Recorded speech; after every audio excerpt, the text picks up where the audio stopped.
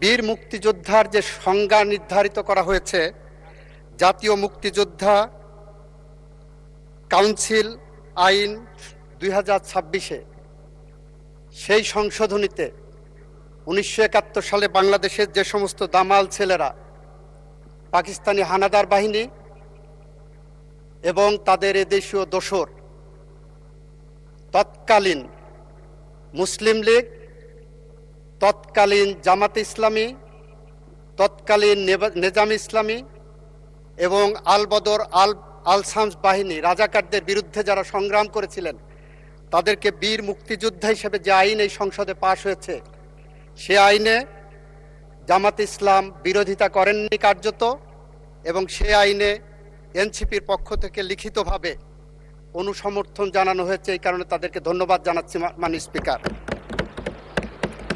By operation of law and interpretation, তাহলে এটা established হয়ে গেল যে 1971 সালে বাংলাদেশের স্বাধীনতা যুদ্ধে কারা বিরোধিতা করেছিলেন, কারা খুন, গুম, ধর্ষণের সাথে জড়িত ছিলেন, যারা বাংলাদেশের অগণিত অসংখ্য মানুষের জীবন কেড়ে নেওয়ার সাথে জড়িত ছিলেন।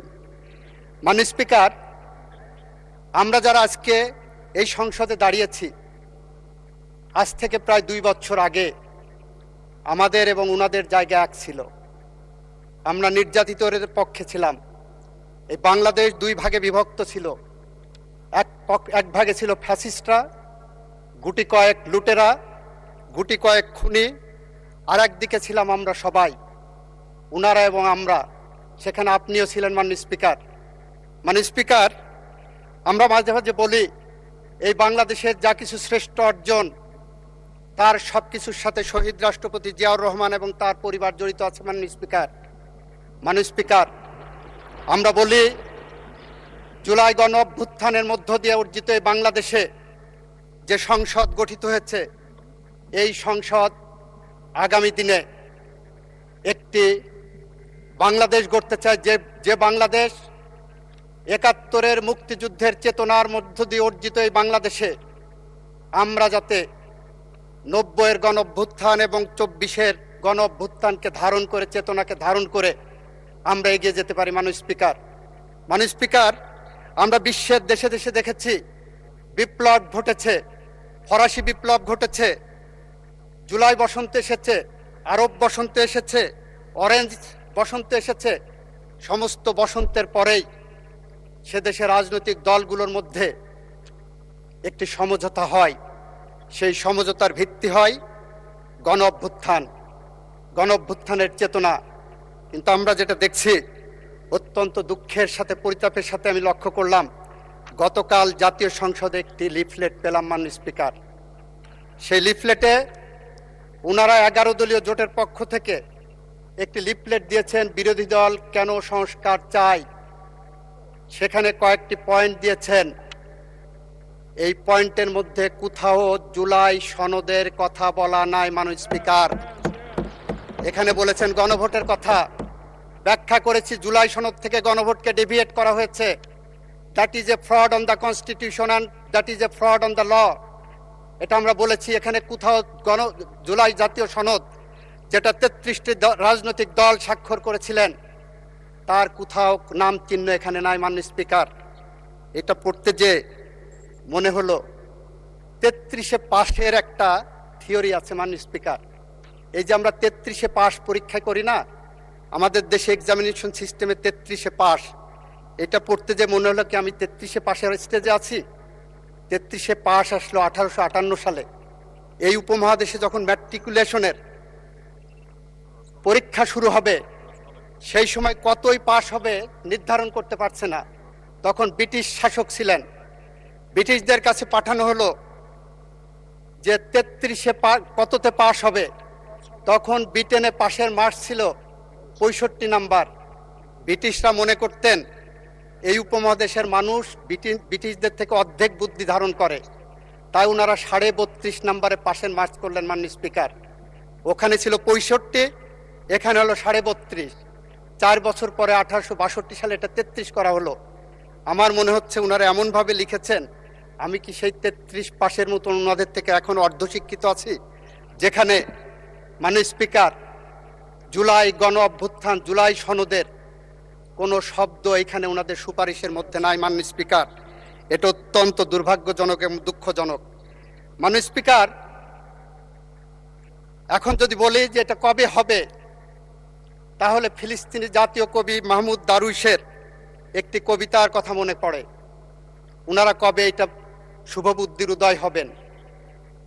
মাহমুদ দারুইশের প্রেমিকা তাকে জিজ্ঞাসা করেছিলেন, মাহমুদ আমাদের দেখা হবে কবে? উনি বলেছিলেন যেদিন যুদ্ধ থামবে। প্রেমিকা জিজ্ঞাসা করলেন, যুদ্ধ কবে থামবে? উনি বললেন যেদিন আমাদের দেখা হবে। মাননীয় স্পিকার, ওনাদের সাথে আজকে আমাদের সম্পর্কের জায়গাটা এরকম চলে গেছে। কবে আমাদের মিল হবে? যেদিন ওনাদের শুভবুদ্ধির উদয় হবে। শুভবুদ্ধির কবে উদয় হবে? যেদিন আমাদের দেখা হবে। মাননীয় স্পিকার, আমার 26 সেকেন্ড সময় আছে, আমি আরো 5 মিনিট সময় চেয়েছি। মাননীয় স্পিকার, জি, আপনাকে 4 মিনিট সময় দেওয়া হবে। 4 মিনিট। মাননীয় স্পিকার, আমরা এমন একটি সময়ের মধ্য দিয়ে পার হচ্ছি, যে সময় এই সংসদে আমাদের কথা বলার কথা ছিল মধ্যপ্রাচ্য যুদ্ধ, যে সময় আমাদের কথা বলার কথা ছিল বাংলাদেশের অর্থনৈতিক। 4 মিনিট বাড়িয়ে দেন প্লিজ। 4 মিনিট। আমাদের অর্থনৈতিক যে মেরুদণ্ড ভেঙে গেছে, সেই মেরুদণ্ডকে কিভাবে সোজা করতে পারি, এ সময়ে কথা বলার কথা ছিল আমাদের জুলাই যোদ্ধাদের স্বপ্ন কিভাবে বাস্তবায়ন করতে পারি। আমাদের কথা বলার কথা ছিল কিভাবে বাংলাদেশের কৃষকের পাশে দাঁড়াতে পারি। আমাদের কথা বলার কথা ছিল কিভাবে বাংলাদেশের ভুখা নাঙা মেহনতি মানুষের পাশে দাঁড়িয়ে বাংলাদেশের আগামী ভবিষ্যৎ আমরা তৈরি করতে পারি। অথচ আমরা কথা বলছি কি নিয়ে? গণভোটের 4টি প্রশ্ন নিয়ে। মাননীয় স্পিকার, গণভোটের 4টি প্রশ্ন ছিল, তার 3.5টি প্রশ্নের ব্যাপারে বিএনপির কোনো আপত্তি কখনো ছিল না। বাকি অর্ধেক যে প্রশ্নটা, সে আধা প্রশ্নটা হলো আধা প্রেম আধা প্রতারণা। আধা প্রেম কিরকম দেখাচ্ছেন? আমরা জুলাই সনদ বাস্তবায়ন করতে চাচ্ছি, এটা জুলাই সনদের অংশ। আধা প্রতারণা হলো জুলাই সনদের মধ্যে বলা আছে ওই প্রশ্নটা কখনোই প্রাসঙ্গিক হবে না, বিএনপির জন্য অ্যাপ্লিকেবল হবে না। বিএনপির জন্য অ্যাপ্লিকেবল হবে তার নোট অফ ডিসেন্ট। আমরা সেই কারণে বলছি, ভাইরা আমার, আমরা নির্বাচনের মাঠে, মাননীয় সংসদ সদস্য স্ট্যান্ড কারেক্টেড। মাননীয় স্পিকার, আমি দুঃখ প্রকাশ করছি, নির্বাচনের মাঠে আমাদের নিজস্ব এজেন্ডা ছিল। নির্বাচনের মাঠে যখন মা বোনের কাছে ভোট চাইতে গেছি, তখন শুনেছি বেহেশতের টিকিট নাকি কেউ বিক্রি করেছেন। মাননীয় স্পিকার, আমি নিজে কানে শুনেছি, আই এম দ্য উইটনেস। দ্বিতীয়ত, আপনাদেরটা শুনো। মাননীয় স্পিকার, আপনার মাধ্যমে বলতে চাচ্ছি, যদি ভুয়া হয়ে থাকে, প্লিজ আপনারা কথা বলবেন না। যদি ভুয়া হয়ে থাকে মাননীয় স্পিকার, তাহলে ধন্যবাদ জানাচ্ছি। তাহলে জাতির কাছে যারা বলেছিলেন ধানের শীষে দাঁড়িপাল্লায় আসলে বেহেশতের টিকিট পাওয়া যাবে, তাহলে আজকে তারা স্বীকার করছেন তারা বেহেশতের টিকিটের ধারক নহে। মাননীয় স্পিকার, আমাদের আজকে কথা বলার কথা ছিল ফ্যামিলি কার্ড নিয়ে, কিভাবে আরো বেশি পরিশীলিতভাবে ফ্যামিলি কার্ড 4 কোটি মানুষের কাছে পৌঁছে দেওয়া যায়। ওনাদের উচ্চারণ করার কথা ছিল ফ্যামিলি কার্ডের বিরুদ্ধে কোনো অনিয়ম হচ্ছে কিনা, কোনো দলীয়করণ হচ্ছে কিনা, কোনো দুর্নীতি হচ্ছে কিনা, সেই মর্মে কোনো আলোচনা নাই। মাননীয় স্পিকার, কৃষক কার্ড নিয়ে, কৃষকের ভাগ্য নিয়ে কোনো আলোচনা নাই। মাননীয় স্পিকার, ইমামদের জন্য ভাতা চালু করা হয়েছে, আমাদের মাননীয় প্রধানমন্ত্রী করেছেন, সেই মর্মে কোনো আলোচনা নাই। মাননীয় স্পিকার, ধন্যবাদ নাই। আমি ধন্যবাদ জানাতে চাই মাননীয় বিরোধী দলের মাধ্যমে ওনাদের সংসদ সদস্যদেরকে। এই সংসদ মাঝে মাঝে নির্জীব হয়ে গিয়েছিল, মাঝে মাঝে অনাহুত কারণে, উইদাউট এনি রিজনেবল গ্রাউন্ড ওনারা বয়কট করেছেন, উত্তেজনা সৃষ্টি করেছেন। এখনো যেমন উত্তেজনা সৃষ্টি করলেন, এতটুকু যদি না থাকে, প্রেমের কি স্বাদ বলো যদি কাটা না থাকে। আমরা সেই কারণে মাননীয় স্পিকার বলছি, আসেন বাংলাদেশকে গড়ি, আসেন শহীদ রাষ্ট্রপতি জিয়াউর রহমানের আদর্শে গড়া যে বাংলাদেশ, আপনাদেরকে ধন্যবাদ জানাই। অনেকে শহীদ রাষ্ট্রপতি জিয়াউর রহমানের আদর্শের কথা বলেছেন, খালেদা জিয়ার কথা বলেছেন। আসেন সেই স্বপ্নের সিঁড়ি বেয়ে হেঁটে চলি। যদি আমরা ব্যর্থ হই, তাহলে কবি হেলাল হাফিজের ভাষায় আমরা উত্তর পুরুষের ভীরুকা পুরুষের উপমা হয়ে থাকব। নিশ্চয়ই আপনারা সেটা চান না, আমরা তো চাই না। আসেন সেই পথ ধরে হাঁটি।